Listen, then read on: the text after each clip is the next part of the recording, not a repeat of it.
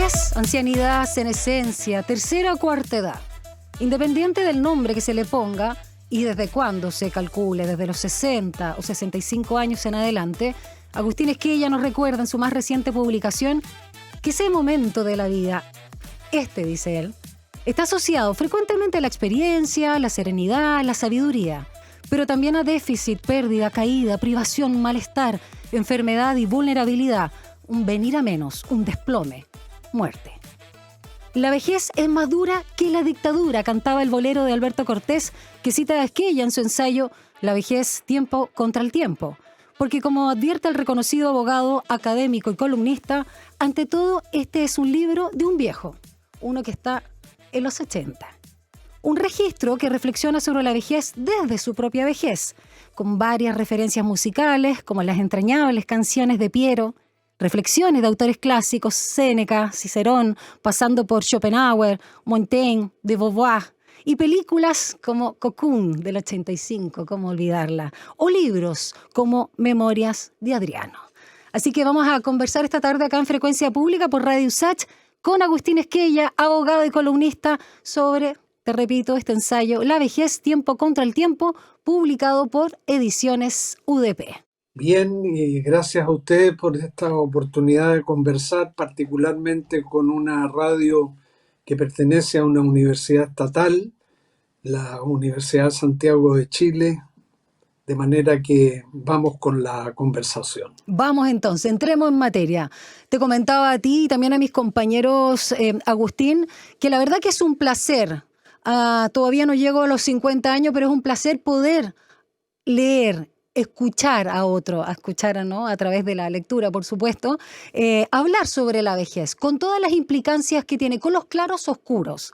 Y quiero partir preguntándote por qué o para qué también escribir este ensayo, sobre todo cuando, más que padeces, tienes como el impulso de la grafomanía. Bueno, ahí está la respuesta que estás buscando, porque la verdad es que yo padezco de una patología hace muchos años que se llama grafomanía, que es la compulsión irrefrenable a escribir. Por supuesto, primero a leer, porque ante todo es leer y después escribir, pero yo he hecho las dos cosas y las continúo haciendo con una dedicación de tiempo, por lo menos, muy alta, y disfrutándolo mucho. De manera que la razón para escribir un libro es este libro es la que tengo siempre para escribir libros, y afortunadamente cuento con la complicidad de editores, como en el caso de la Universidad Diego Portales, que se vuelven cómplices de la escritura que yo he hecho y consideran que vale la pena llegar a los lectores. Agustín, ¿y andas con así como libretita en los bolsillos? ¿Cómo es tu práctica o directo al compu? A veces manuscribo mucho y transcribo al computador, a veces escribo directamente, pero nunca voy con una libretita. Yo uso el transporte público y lo que llevo en el transporte público o en la calle si voy caminando o en un café es un cuaderno universitario, no una libretita, porque la verdad, como ya te sugiere mi primitiva respuesta, me pongo a escribir y no paro. Entonces es muy raro lo que me pasa y de verdad yo lo califico como una patología, pero hay patologías que se disfrutan, en este caso la grafomanía. Yo lo encuentro una delicia más que una patología y lo envidio profundamente. Quiero preguntarte qué te pasó internamente, porque es un libro que aborda muchas cosas, no tanto, aunque nos habla de tus padres, de tus familiares, de tus amigos, pero sobre todo hay referencias más que familiares, o el círculo del amor que podríamos hablar también que tú nombras. Hablas de referencias culturales.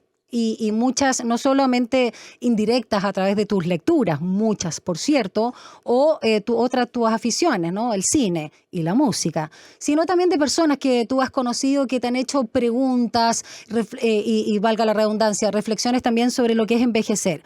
Pero no hay tanto un aspecto personal más, digamos, privado, íntimo, tuyo, aunque muy amplio el conocimiento que tú abarcas. Por supuesto, hablas mucho del área humanista, pero también te adentras en la neurociencia, inteligencia artificial y todos los desafíos.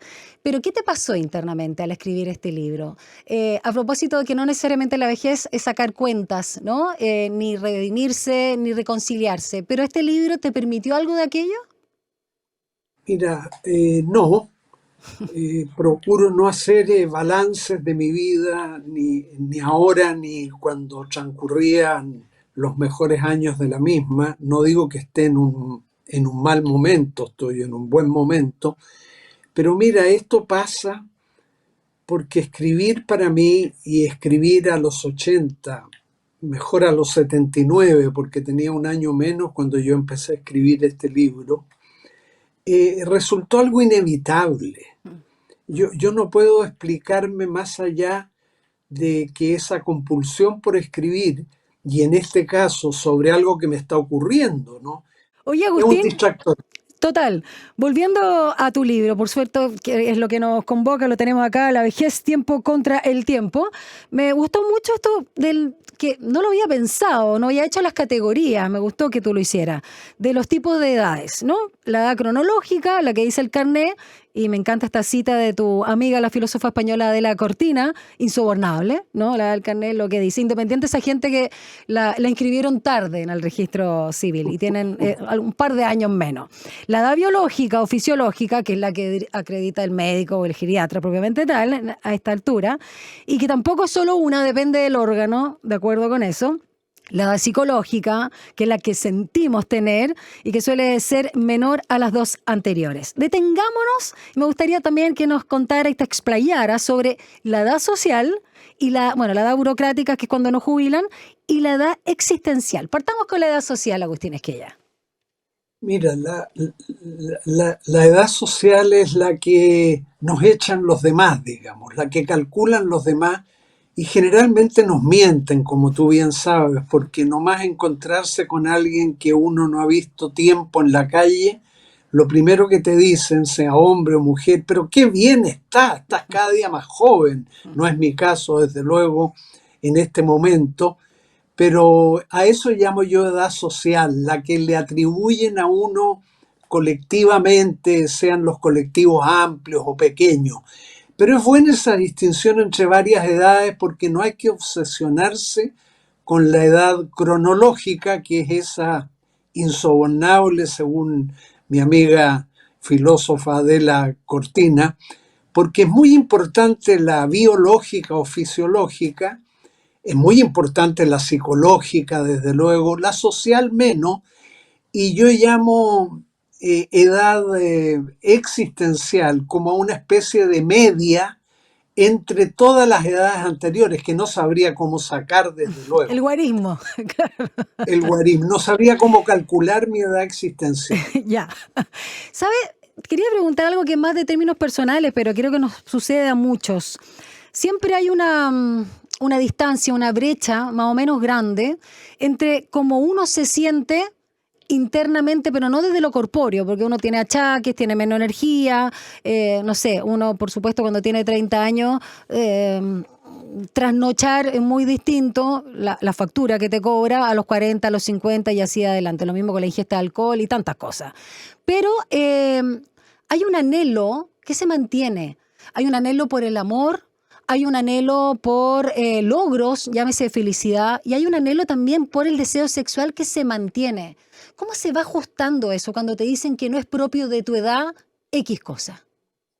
Bueno, se va ajustando solo, yo creo, pues según mandan las circunstancias y las complicidades que se tengan o no se tengan, pero en principio, lo que a mí me parece, según la experiencia de haber envejecido ya el tiempo que llevo, es que todo esto es muy variable, no, que no, es muy difícil seguirle realmente la pista a lo que a uno le está ocurriendo, por ejemplo, en términos gastronómicos o en términos Mm. deportivos incluso, o en términos de la actividad sexual. Es muy variable lo que va ocurriendo, hay que prestar atención a eso y tratar de conseguir que los sentidos, los 5 sentidos que uno tiene, que son la puerta de entrada para disfrutar, estén siempre abiertos, permanezcan lo más abiertos posible a medida que uno envejece, porque gracias a los sentidos es que nos damos cuenta de la realidad y de lo muy bueno que puede ocurrir a partir de la realidad si es que están, como te digo yo, esas puertas de ingreso maravillosas que son los sentidos y bajo la condición, claro, de que no se deterioren, cosa que con el paso del tiempo va ocurriendo, pero a lo menos en el mío va ocurriendo ese deterioro de los sentidos más lentamente. Agustín, y respecto al envejecimiento cultural, ¿cuál es tu extrañamiento con este mundo o no lo tienes? Eh, lo tengo y no lo tengo. Una vez más, perdón, una respuesta un tanto ambigua, porque claro, a mí nunca me ha gustado mucho el mundo en que he vivido.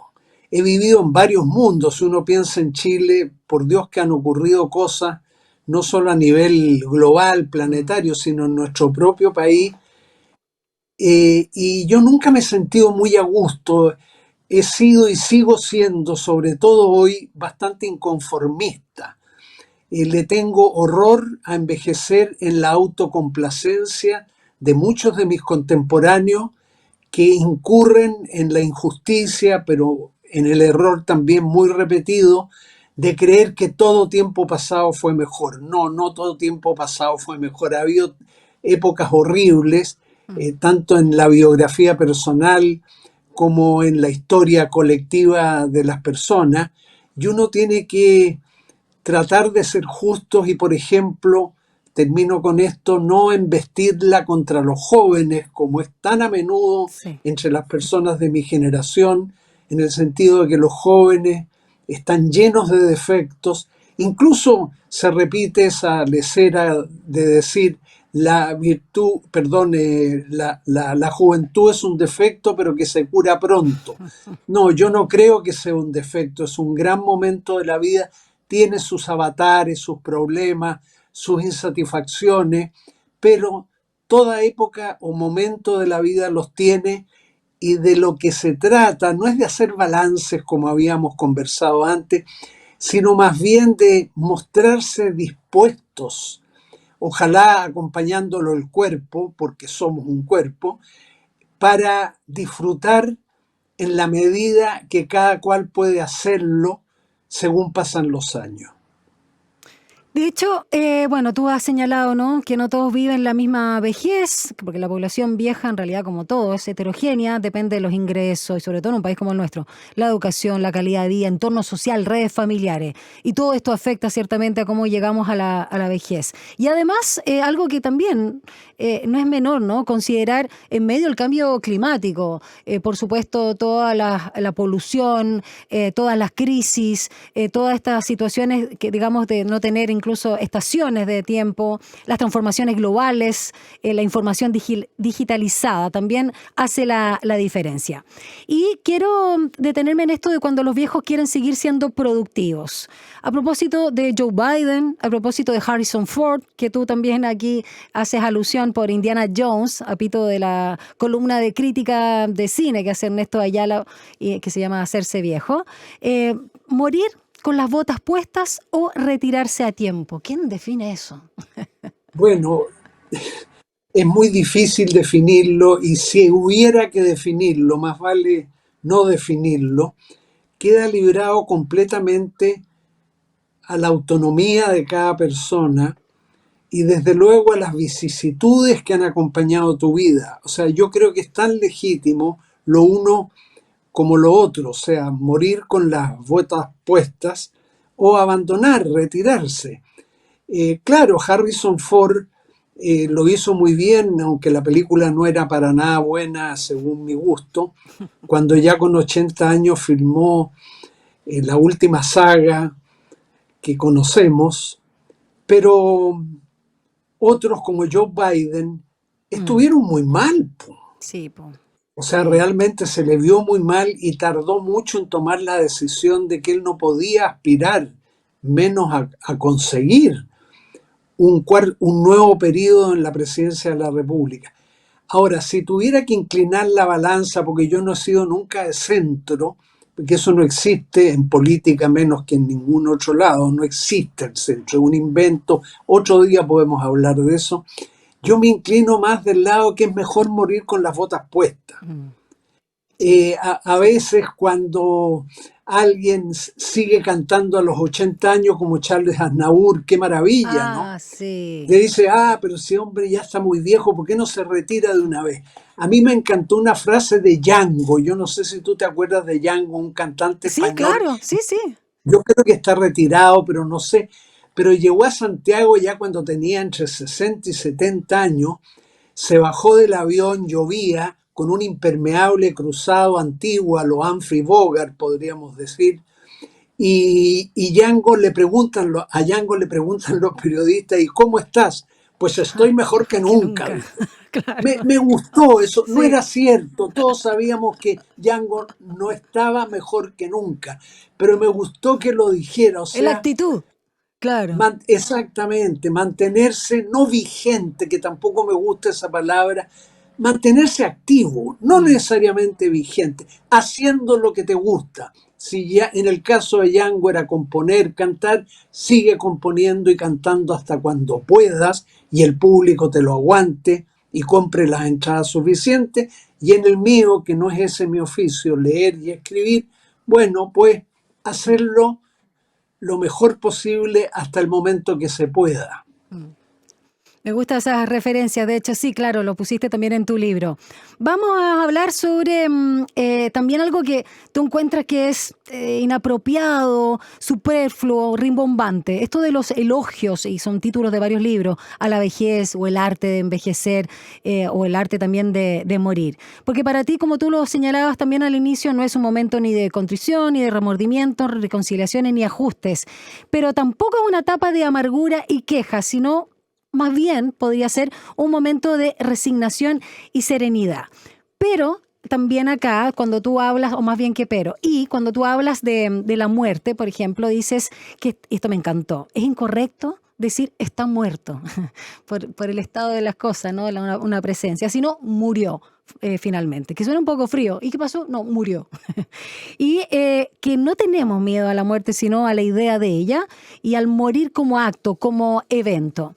Cuando es muy típico que cuando personas se están acercando a la muerte y han sido o agnósticos o ateos, necesitan creer en algo. ¿Te ha pasado eso digamos, alguna medida de volcarte hacia alguna espiritualidad o religión o no estás en ese punto de inflexión, de aferrarte a algo?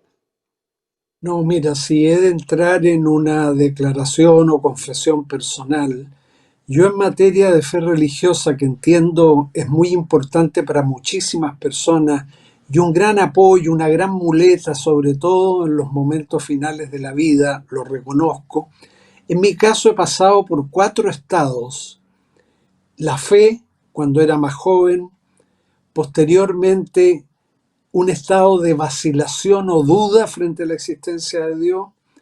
En tercer lugar, fui agnóstico, creo, es decir, me supera la pregunta sobre si Claro, Dios existe o o no, no, no, y no en se puede comprobar. consecuencia no la respondo, pero he acabado, pero hace ya bastante tiempo, en el ateísmo, o sea, que es una palabra dura, suena muy fuerte, pero que es muy precisa en orden a decir, mira, he llegado a la conclusión de que no creo que Dios exista o creo que no creo que Dios existe, Mm, pongámoslo mm. de esa manera más prudente, pero tratar al final de la vida de no engañarse, aunque como todos vivimos apoyados en muletas, en aparatos ortopédicos en el sentido figurado, porque nadie es capaz de valerse en ningún momento de la vida por sí mismo completamente.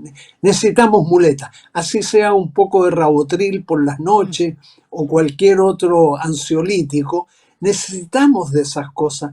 De manera que yo no privaría a nadie ni predicaría en contra de que alguien utilice su fe religiosa, si la tiene, para darse ánimo para sobrellevar las dificultades de la vida.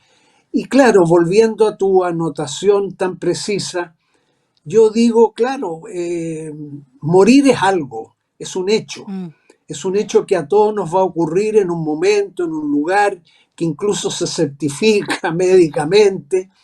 Morir es algo en ese sentido. La muerte nada, porque la muerte, desde mi punto de vista, no es un estado en que uno permanezca después de morir. Las claro, personas no están muertas, murieron y comienza en ese periodo sin que uno lo advierta, el difunto me refiero, una larguísima, prolongadísima, quizás eterna oscuridad, similar a la que hubo antes de nuestro nacimiento.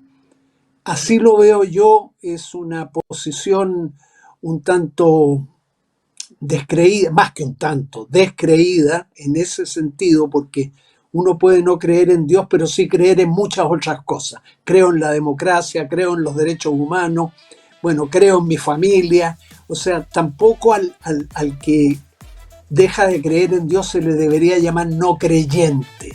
Sí, claro. no creemos en Dios, pero podemos creer, como es mi caso y el de muchos, creo yo, en otras cosas tan importantes como las que acabo de mencionar. Y a propósito de creencias, y en este caso religiosas, islámicas, vamos a escuchar a Cat Steven, que se hace llamar hoy Yusuf, ¿te parece? Esto es Father and Son.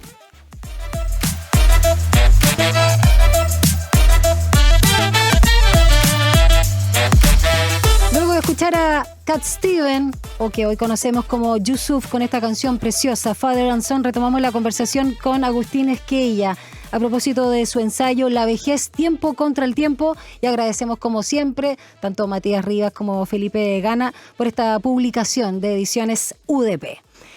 También cuando hablas de la pérdida de la memoria y todas las enfermedades degenerativas asociadas, te preguntas, ¿el olvido es un muro infranqueable o se trata más bien de una niebla que sería posible disipar de algún modo? Y tú dices, confieso tener mala memoria, pero esto es de toda la vida, ¿no? O es, tú lo notas, esta pérdida de foco, como señalas también, en el último tiempo. No, yo la verdad reconozco que siempre he tenido mala memoria. Me olvido fácilmente incluso de episodios de mi vida personal.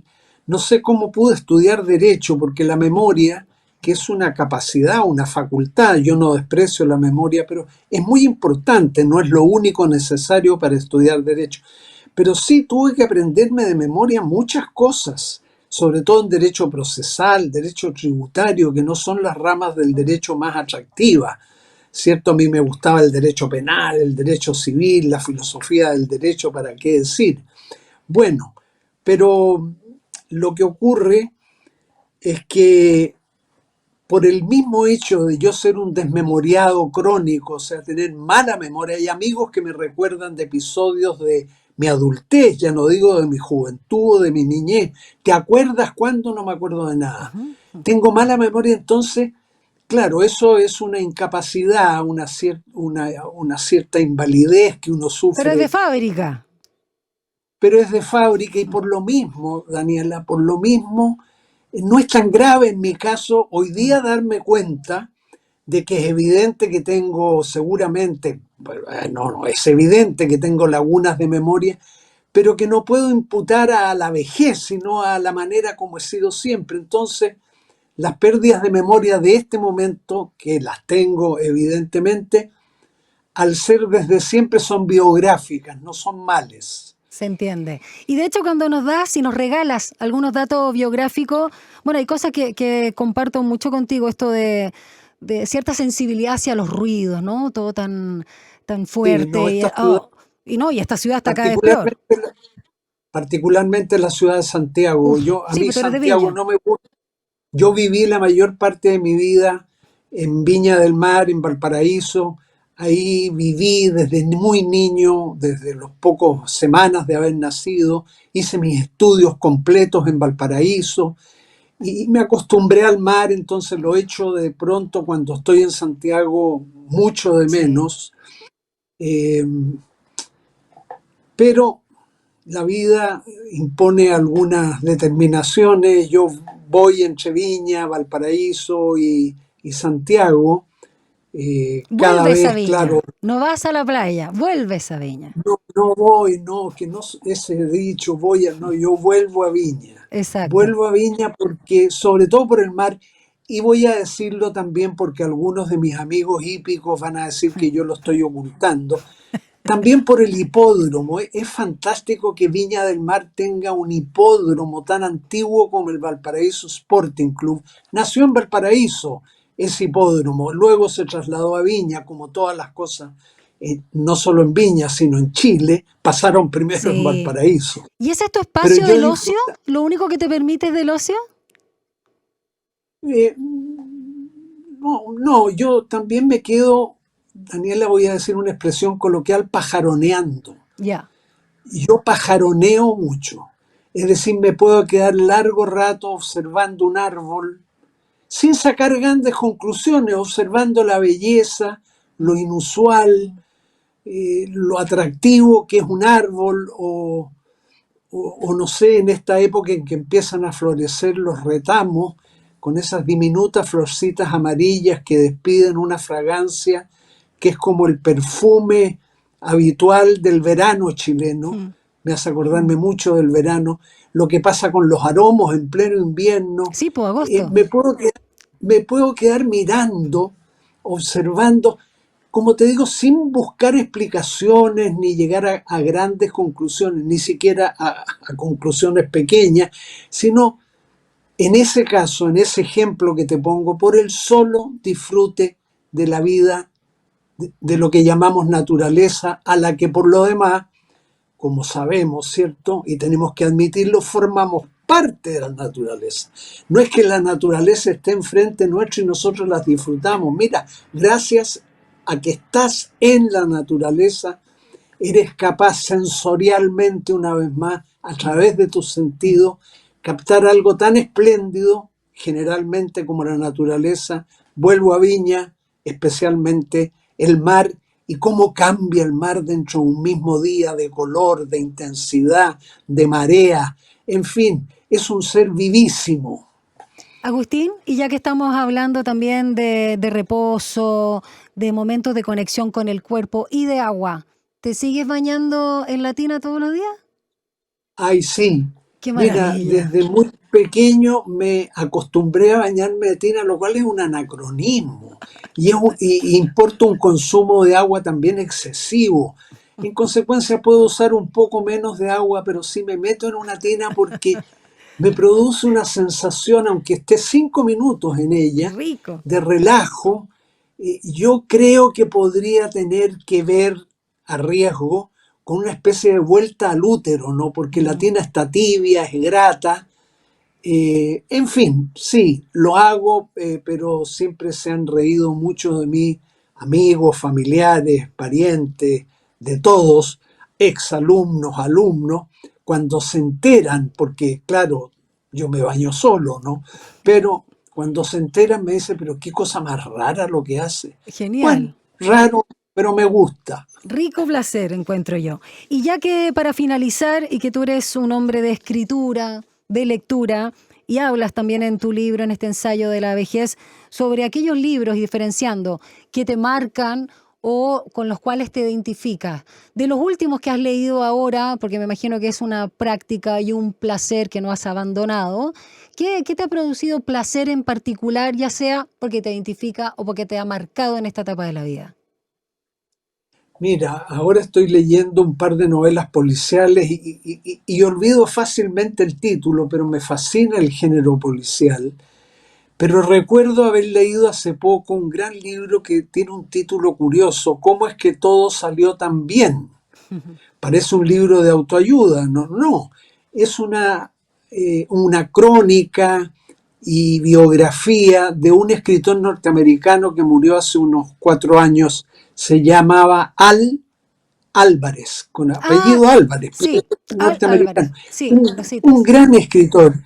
Y lo que produjo en términos de lo que yo llamo crónica y autobiografía, un libro espléndido, porque si bien trata de situaciones y personas muy concretas, ¿no? Como ocurre siempre en una crónica, en una autobiografía, eh, son capaces de universalizarse, o sea, los textos nos atrapan, por lo menos en mi caso, cuando partiendo de cosas muy singulares, muy específicas, muy concretas, de alguna manera tú sientes que a partir de eso algo se ha universalizado, como algo que nos pertenece o incumbe a todos.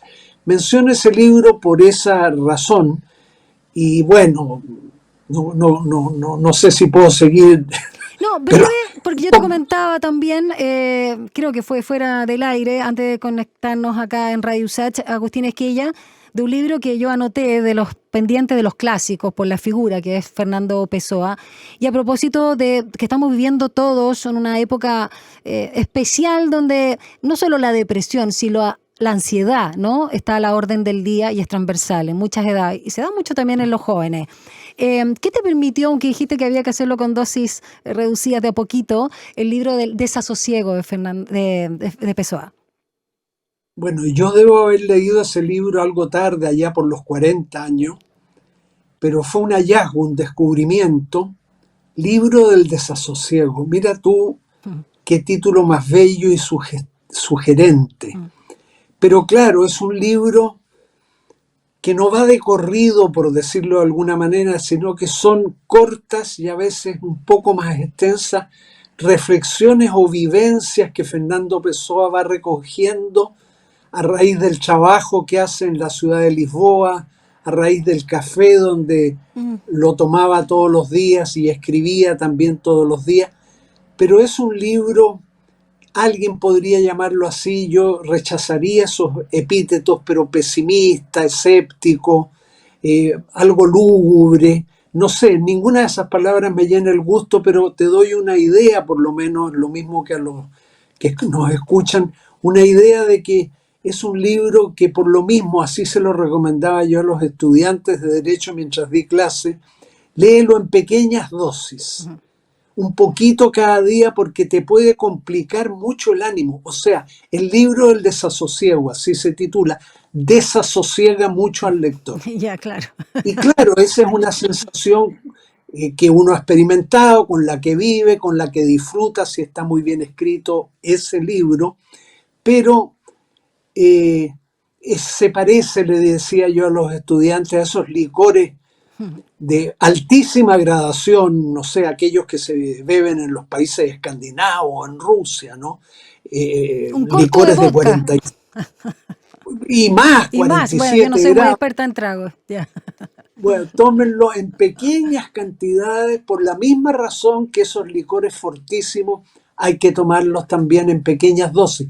Pero continuar con la dosis todos los días, en el caso del vodka o del licor fuerte de que se trate, pero sobre todo seguir con Pessoa porque es un grandísimo escritor, también un poeta. Yo soy más lector de poesía, pero ese libro es un hallazgo en términos, ay, de lo mismo que te dije antes. Él estaba hablando de su trabajo, era un oficinista rutinario, hablaba de sus paseos por la que se llama la calle de los Doradores, se detenía a mirar una cosa, se detenía a otra, reflexionar sobre su estado de ánimo, pero raramente, sorprendentemente, era algo que parecía y era finalmente universal.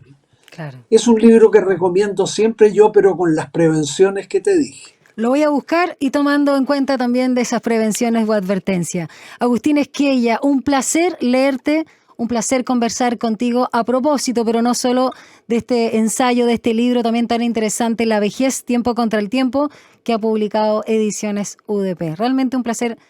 Primera vez que converso contigo, te conocía, por cierto, y no voy a mentirte, te voy a decir, te encuentro igual a como te he visto siempre, honestamente.